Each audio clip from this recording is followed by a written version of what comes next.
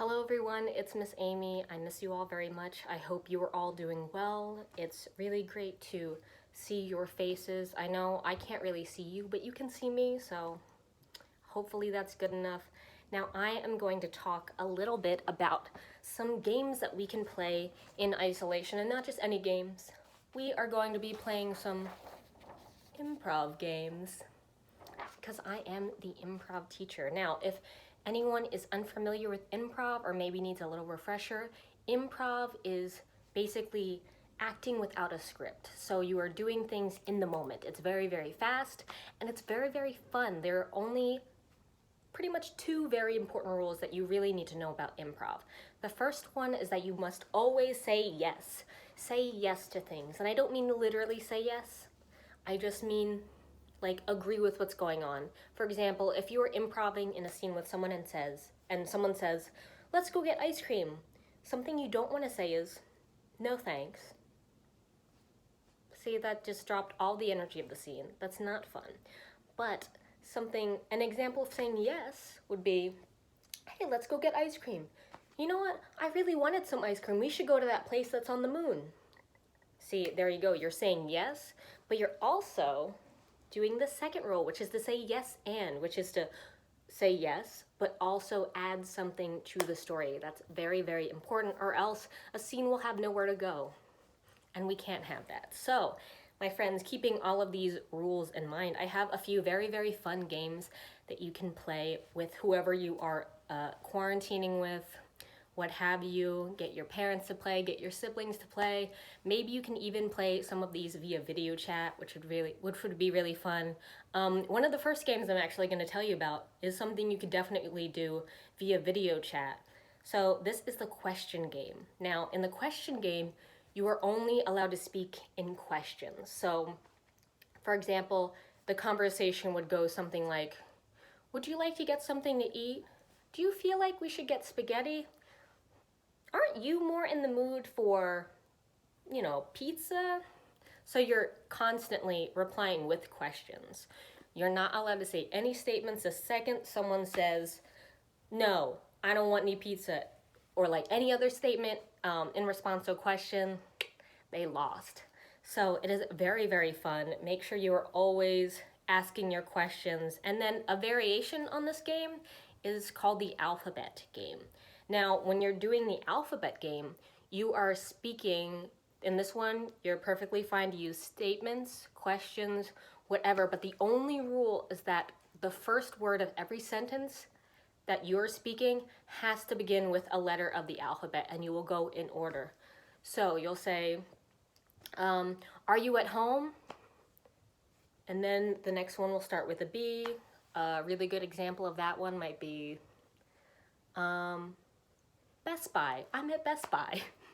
So you'll just go through the alphabet, and whoever forgets to put the next letter of the alphabet in there, they are then the loser, and you can play it as long as you want. And these are all really, really fun games that you are able to play, not even face-to-face. Although we do love face-to-face. We love theater, and we miss being face-to-face with people. I know I miss you all very, very much. Now, a really classic game that you can play is Scenes with a Hat. And this one is very fun because you kind of get to use some of your playwriting skills.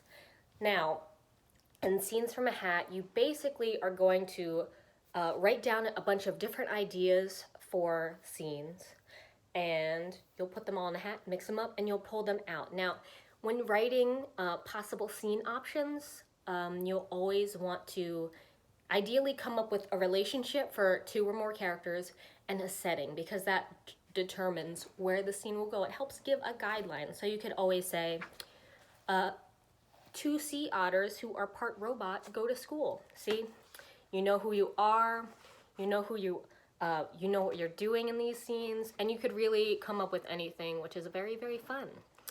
And let's see. There's also Freeze. Freeze is a really fun game if you really want to move your body around. I know that I'm getting very tired sitting still all the time. I need to run around a little bit more. Now, Freeze is very important because it forces you to use your body in lots of different ways. So, Freeze, if you are playing, it can be played with two or more people. And basically, one person will come up with a relationship and a setting, and two people will begin the scene. And ideally, in this situation, you're going to want to move very specific, use very large gestures, so that way when someone yells freeze, you're frozen in a very dynamic position, very fancy. This could be anything. Now, the person who freezes is then replaced by the person who called out freeze, so then the next person will take on that position, and they will start a completely different scene, but using this position. You don't have to stay in the position, but for example, if I was doing a scene, I would go, well, what do you know about this? Freeze. So I'd stay frozen, person would come and replace me, and then I would start the scene and go, could I offer you some tea, sir? All of these things. Very, very fun. Make sure you're moving, making very fun shapes with your body. Now, another game that is very fun is This Is Not and another game you could really play with anyone, anywhere, even via video chat. And This Is Nada is pretty simple. It forces you to use your very creative brain a lot of the time. So, for example, someone who starts, you'll have an object, and you'll say, this is not a pen, this is a magic wand. And then you'll do a movement with it because you have to show that it's a magic wand. And you could go through all different options. You can go back and forth until you have no idea what this thing could possibly be. Like, this is not a pen, this is a straw. All the things. Very fun ideas. And then also, there are some games that I do play in class that I think are very, very fun. There's one called Dr. Know-It-All, and Dr. Know-It-All requires a pretty sizable group. 3 people need to play, and then at least one person needs to be asking questions. So Dr. Know-It-All is a game where you are a 3-headed doctor. 3 people go up, and they are each a head of this doctor.